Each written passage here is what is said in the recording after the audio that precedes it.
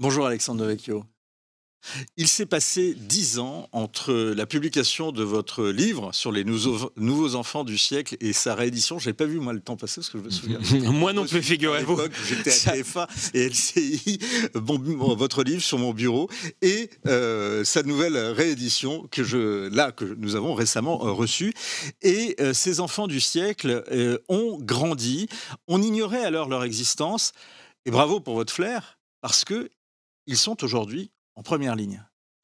Oui, et effectivement, je faisais un portrait large des jeunes générations, en montrant aussi que la jeune génération n'était pas forcément de gauche, qu'il y avait différentes formes de radicalité qui se mettaient en place. Je parlais notamment d'une génération Zemmour à droite, et dans laquelle il y avait des personnages qui étaient alors inconnus. Il y avait Marion Maréchal. Et Zemmour n'était pas encore... Et pas du tout candidat. Pas du tout candidat, Il était encore simple journaliste, essayiste brillant au Figaro, mais il n'avait pas, même pas d'ambition politique, je crois, à l'époque.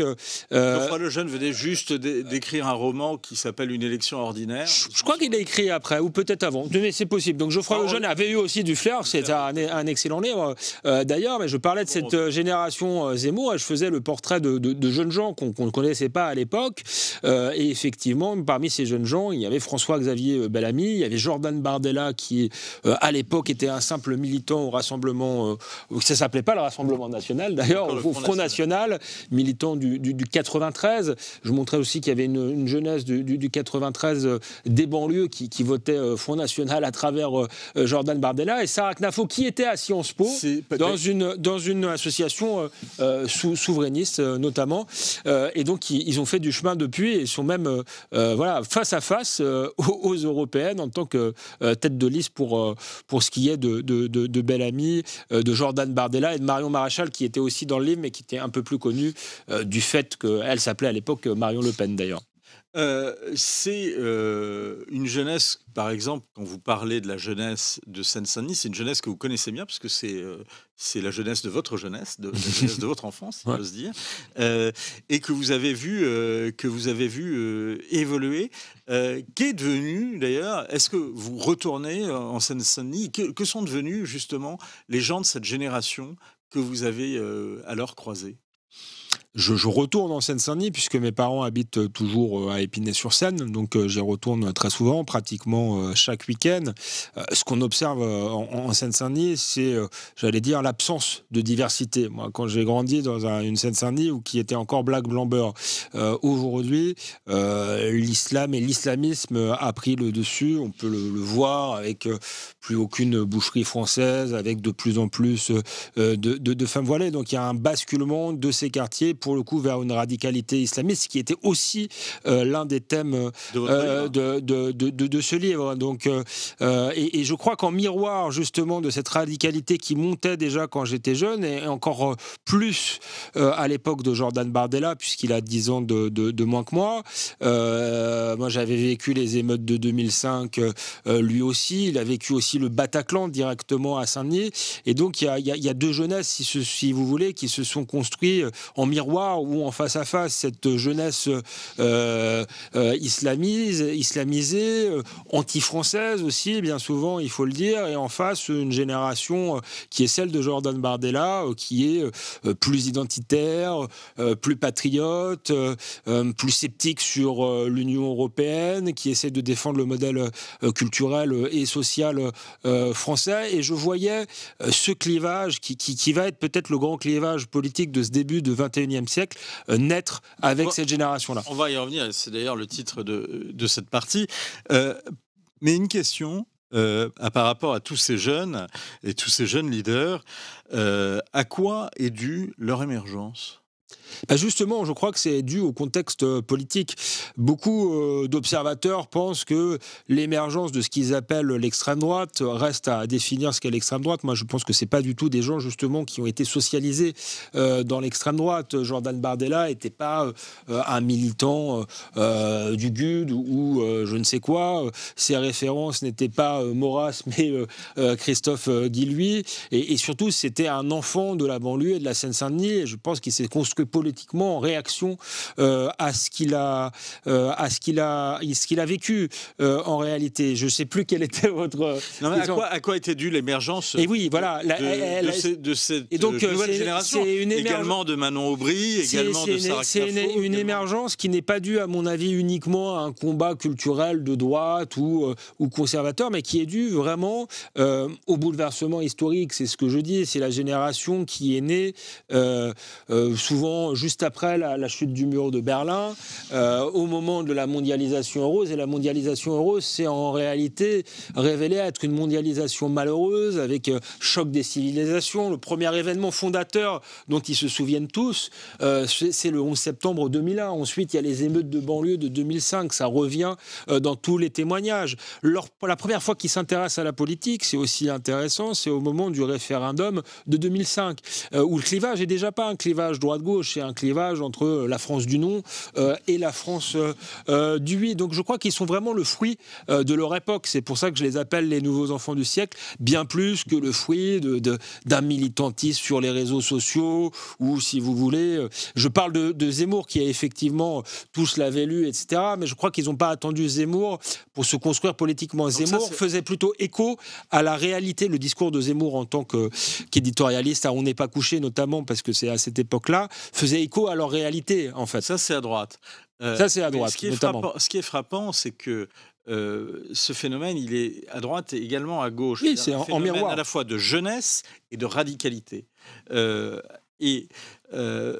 question, c'est comment vous expliquez que des candidats jeunes, on parle effectivement de Bardella, on a vu Manon Aubry, mais on peut parler également de François-Xavier Bellamy, de Marion Maréchal, mais aussi Gabriel Attal, Emmanuel Macron même. Comment ça se fait que ces jeunes, même si Macron est un peu plus âgé, mais émergent alors que la proportion de la jeunesse diminue dans le paysage démographique et électoral français, en tout cas par rapport à l'époque où émergeait le baby-boom, qui est encore le centre de gravité électorale et le centre de gravité démographique. Je crois qu'il va le devenir de moins en moins en réalité. Je pense que Macron, vous avez dit qu'il était jeune, et effectivement il était jeune en âge, mais c'était peut-être le dernier président des vieux, d'une certaine manière, en tout cas de la génération du baby-boom. Et je crois que c'était pas... Il a appelé son livre Révolution, mais en réalité, il a sauvé le régime, si vous voulez, un régime politique installé depuis une quarantaine d'années et qui était le fruit de cette génération 68 qui avait ces valeurs-là, qui croyait aussi sur le plan économique à la mondialisation heureuse, à l'ouverture. Mais je crois que cette génération-là est sans doute en passe de perdre le pouvoir aussi bien culturel que politique, parce que ils sont démentis par les événements, c'est ce que je disais tout à l'heure. Tout ce qu'ils ont essayé de construire, une Europe fondée sur la technocratie et le marché, avec une idée un peu naïve de grande paix mondiale, de multiculturalisme heureux, on voit bien que ça se fracasse sur le mur de la réalité. Et puis il y a un phénomène démographique, malgré tout. La génération du baby-boom est une génération vieillissante qui va perdre mécaniquement du pouvoir, de la visibilité dans les médias, en politique. Donc il y a la conjonction de ces deux facteurs, une réalité qui est très différente finalement du projet politique qu'ils avaient défendu, et puis tout simplement un phénomène de vieillissement de cette génération. Je pose cette question. C'est une génération qui a toujours voulu être jeune, mais qui finit par vieillir tout de même. Je vous dis, il y a une chose, parce que vous prophétisez à cette époque l'émergence de cette nouvelle génération et de l'affrontement de radicalité, on va y revenir, mais vous ne prévoyez pas ce qui va se produire, c'est-à-dire 2017, ce coup de tonnerre qui est l'élection d'Emmanuel Macron. Oui, tout à fait. C'est vrai que je l'ai pas prévu. Après, je faisais pas de prédiction électorale à court terme, mais je prévois quand même dans le livre, je crois, l'effondrement du clivage droite-gauche, avec justement un clivage bien défini par Emmanuel Macron, je ne sais pas comment on doit l'appeler. Par le tango des fossoyeurs, Emmanuel Macron versus Marine Le Pen. Oui, mais je crois que c'est... Moi, j'ai jamais été sur la thèse que c'était un tango des fossoyeurs, justement, dans le sens où c'était quelque chose de simplement mécanique, que l'un se nourrissait de l'autre. Je crois que c'est un vrai clivage. Le clivage nationaliste VS progressiste ou conservateur VS mondialiste, je ne sais pas comment il faut le définir, mais en tout cas, c'est, je crois, le vrai clivage du XXIe siècle. Donc Macron n'existait même pas quand j'ai lu le livre, mais je savais que en tout cas ce que je dessine dans le livre, c'est que l'affrontement entre le centre droit et le centre gauche est un affrontement qui a appelé à disparaître pour revenir à des questions beaucoup plus fondamentales. Je parle de la France du oui et de la France du non, et c'est un peu ça qui est arrivé avec Macron-Le Pen. Et de la génération, Alexandre Devecchio, de la génération réac contre la génération woke. C'est la confrontation que vous prophétisez dans ce livre. Oui, parce que je pense qu'effectivement, Macron est une étape, je dirais, vers autre chose, justement parce qu'il y a une évolution. Vous le mettez où, Macron, dans cette Il y a une évolution démographique. Donc Macron est le dernier avatar, ce que je vous disais, de la mondialisation heureuse, finalement, d'une génération politique qui croit à la bonne gestion, à la technocratie, d'une époque qui n'est pas tragique. C'est le dernier représentant de cette époque-là, et d'ailleurs, d'une certaine manière, il a sauvé cette vision-là, ce régime, ce que je disais tout à l'heure, en rassemblant ce qui restait du centre-gauche et du centre-droit, parce que je pense que le centre-gauche tout seul ou le centre-droit tout seul n'était déjà pas en mesure de l'emporter. Mais mécaniquement, du fait du vieillissement, du fait d'une réalité qui est toujours plus tragique, je pense que ce centre-droit et gauche, même réunis, est peut-être appelé à disparaître pour laisser place effectivement à une gauche beaucoup plus radicale qui serait la gauche de Mélenchon. Et c'est le pari qu'il fait, Mélenchon, en étant très très radical. Je pense qu'il ne pense pas forcément à la prochaine élection, même s'il aimerait bien être au second tour, et il y parviendra peut-être, mais il pense génération future. Faites mieux, etc. Et il va chercher les voix où elles sont dans les banlieues, etc. Donc il prépare sans doute le clivage qui sera le clivage du futur entre ces deux jeunesses qui ont grandi à la même époque, celle qui s'est plutôt islamisée, qui a été vers un progressisme très très radical, et celle qui, en réaction justement, demande plus de protection, pense qu'il faut restaurer justement, défendre l'identité française face à ces nouvelles menaces. Et donc on va avoir sans doute un choc entre les deux qui, par certains aspects, est inquiétant, même si on va y venir, je ne les renvoie pas pour autant de dos à dos. Alors voilà, justement, vous vous flattez de ne pas mettre un signe égal, justement, entre les deux. Je ne sais pas si je me flatte, je constate qu'il y a une facilité, je pense, médiatique, et une facilité. Si c'est une confrontation entre eux, pourquoi il n'y aurait pas un signe égal? Parce que hormis le fait qu'ils sont symétriquement opposés. Parce que je pense que ce qu'ils défendent n'est pas de la même nature, si vous voulez. Je suis contre la théorie de la tenaille identitaire. C'est un ami, Laurent Bouvet, ça me permet de le citer, il est disparu aujourd'hui, qui avait théorisé ce concept. C'est un concept qui a été depuis l'insécurité. Par contre, je suis beaucoup plus d'accord avec le concept de la sécurité culturelle, mais c'est une autre question. Et donc le concept de la tenaille identitaire, qui a été repris par d'autres, notamment par un journal comme Franc-Tireur, qui met vraiment un signe égal, si vous voulez, entre des gens qui, pour ce qui est de l'extrême gauche aujourd'hui, l'extrême gauche fait... Qu'est-ce qui fait qu'il n'y a pas de signe égal entre les deux? L'extrême gauche est main dans la main avec des islamistes, et l'islamiste, on sait que ça peut devenir meurtrier, on l'a vécu. Il y a un fond d'antisémitisme, je ne sais pas si Jean-Luc Mélenchon l'est, mais il joue avec ça. Donc il y a un jeu avec une idéologie meurtrière qui me paraît beaucoup plus dangereuse aujourd'hui que ce que certains appellent l'extrême droite, mais que je n'appelle pas l'extrême droite.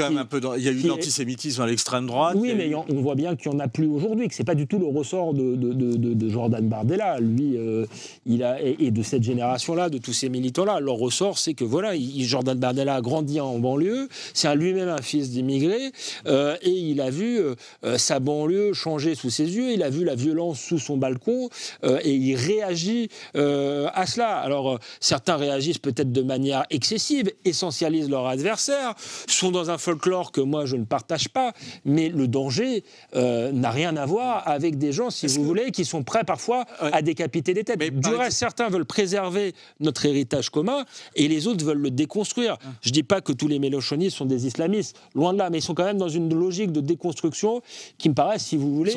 Votre thèse, c'est qu'ils seraient prêts à utiliser même l'islamisme dans leur objectif déconstructeur.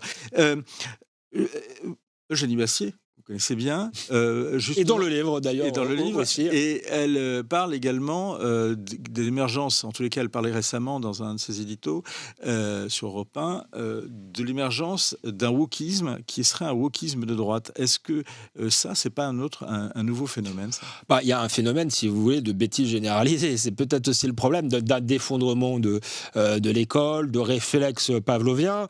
Et c'est vrai que peut-être qu'il y a une droite qui est tentée d'être l'exact inverse, si vous voulez, de la gauche, voire de combattre ce wokisme avec les mêmes méthodes. Elle parlait de cela parce qu'elle s'opposait effectivement à la censure de Mélenchon dans les universités. Oui, moi je suis pour la liberté d'expression, c'est pas un principe à géométrie variable. Ça ne veut pas dire que j'approuve du tout ce que dit Mélenchon. Et c'est pour ça que je dis que malgré tout, si le débat politique est focalisé juste sur un débat identitaire, bloc contre bloc, oui, effectivement, c'est dangereux. C'est en cela que je suis contre la tenaille identitaire parce que je ne mets pas un signe égal, mais je pense qu'il faut quand même se méfier d'un affrontement qui serait trop binaire et trop caricatural. La première version était passionnante, la nouvelle l'est encore plus. On lit avec beaucoup d'intérêt la réédition des Nouveaux Enfants du siècle d'Alexandre Devecchio avec une préface inédite et qui est vraiment passionnante.